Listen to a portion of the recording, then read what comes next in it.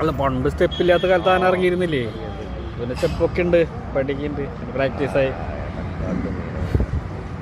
നീലകണ്ഠ ഇടക്കെട്ട് നീലകണ്ഠ ഇതാ വരികയാണ് വണ്ടിയുടെ മുകളിൽ നിന്ന്.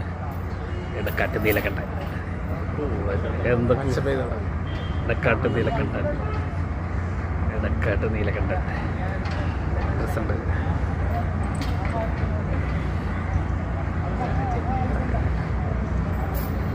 ഒരു മീഡിയ തന്നെയല്ലേ?